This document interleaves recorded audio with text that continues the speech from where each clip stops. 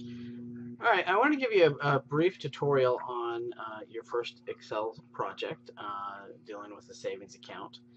So the first thing you do is you're going to open up the directions, so you just click on that and it will open up a new browser. You're welcome to print this out or you can just read it as is. This actually walks you through, and that's what this video is actually going to attempt to do, is physically show you what this spreadsheet here is, or what these directions are actually asking you to do. Okay. In the spreadsheet, in the directions, it's going to ask you to sign up for some specific information. So this is a living spreadsheet that you can type your name in here and you will get credit for that particular set of numbers. So after we build the spreadsheet, you're going to input this information. But the nice part is, once we build this spreadsheet, you can actually put in your own personal numbers and sort of use it to help see what kind of savings plan you can set up, maybe through a bank or something. So you find that there. And then if you click on this one, that'll actually open up the spreadsheet that you're going to create and fill out using Excel. If you don't know how to get access to Excel, please email me.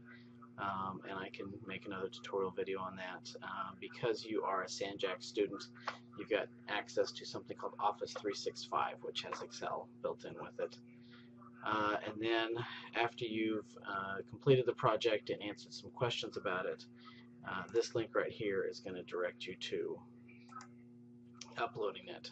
So you would just click that and it will bring you to a part where you'll upload the spreadsheet, and then there's a place where you can actually answer questions.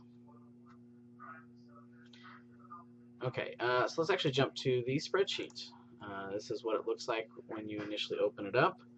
I'm going to suggest that we, and actually on the handout there, they actually give us some numbers to initially type in, just so we can get our spreadsheet matching. So we're going to start by typing in number 500, and you can just put it in that cell and click on it. Then payment, so we're going to pay $25 a month. Our initial interest is going to be 4.5%, and our initial, we're going to compound it 12 times. Just kind of go back to after we built this, that sign-up sheet actually gives you some different principles, some different interest, and some different payments that you're just going to calculate for me. But anyways, going back to the spreadsheet. Okay, so from here, we want to link this cell in F8 for me. But I want to link that cell to this number. So I'm going to highlight here, and then I'm just going to click equals, and I'm going to just type in that number, or just click in the cell reference. And so now if I come up over here and I change this to something else, that position I just clicked on will actually change with it. Okay. And then I'm going to build, and please don't get intimidated right now. We're going to build actually just the first two rows, and then we're going to let Excel copy and paste this, do it for us, and it's really amazing how that works. Okay, so let's start with our principal. So let's see, so this cell, I want to reference this spot right here. And again, that'll make sense when we do a couple columns. Then I want this cell to represent the amount interest. So that would be, okay, so in this first interest cell, I'm going to watch first, and then I want you to try it on your own. So I'm going to hit equals, and then I want to take the annualized percentage rate, divide that by the number of times it compounds, and times the principal, the amount in the savings account at that particular moment. Okay, so for that first month, what that means is I get $1.88.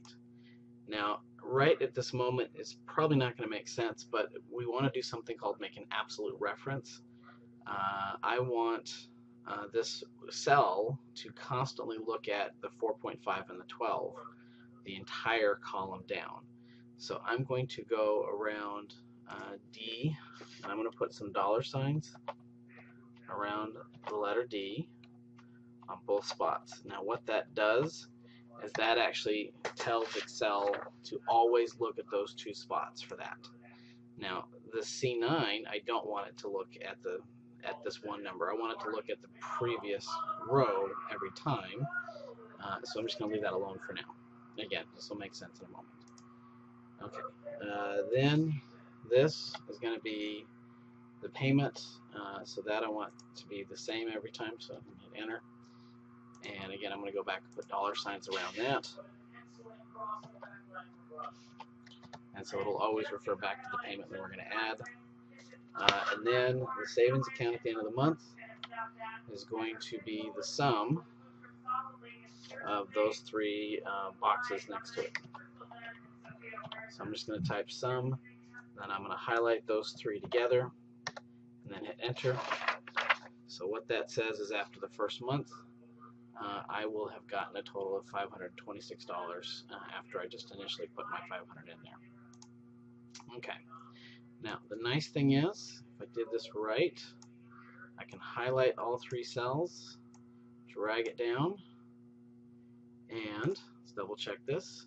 So it should go back to 526.88, so that should be linked together. I have a little bit more in there, so I expect a little bit more interest, so that looks like it's fine. 25 each month, so that makes sense that I should have about 553 each month. Okay, so now that that works, I can drag this down a couple cells, so it'll fill in for me all these formulas.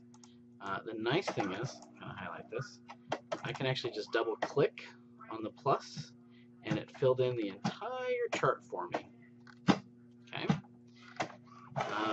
Now, I'm going to do a couple things at the bottom here, and then we'll talk about what this means over here.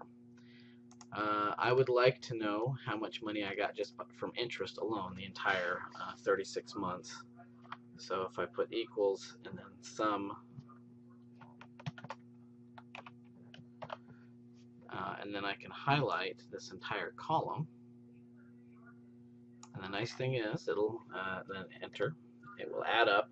So just me adding $25 each month, I got $133 from the bank, which is nice.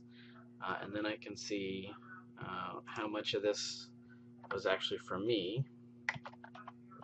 So I'm going to sum up this entire row.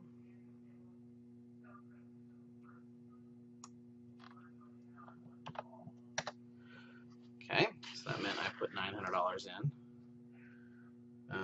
So that's kind of nice. That I actually added $900 of my own money, but I got an extra $133 from the bank. Okay. Okay, so the next thing I want to show you is these little spots right here. It turns out there's three ways to calculate how much money you have in an account at a particular time. And so that's sort of the purpose behind these three methods, is to kind of illustrate one, using the brute force of the spreadsheet. Then there's some formulas that we've learned in the course that we can use to analyze and set this up. So the first method is called the iteration method. That's where we physically add up. So we'll take a look at month 18 here. And what I'm trying to do is I'm trying to show you how I get this 998.48. And I'm going to change the color of this cell just to kind of make it stand out and look like, oh, okay, I see, that's so special. So that's the month, the number I'm trying to get. And so one way to do this, I'm going to hit equals, and I'm going to just sum the rows associated with it. So add up those three numbers there, and notice I get the amount that I need.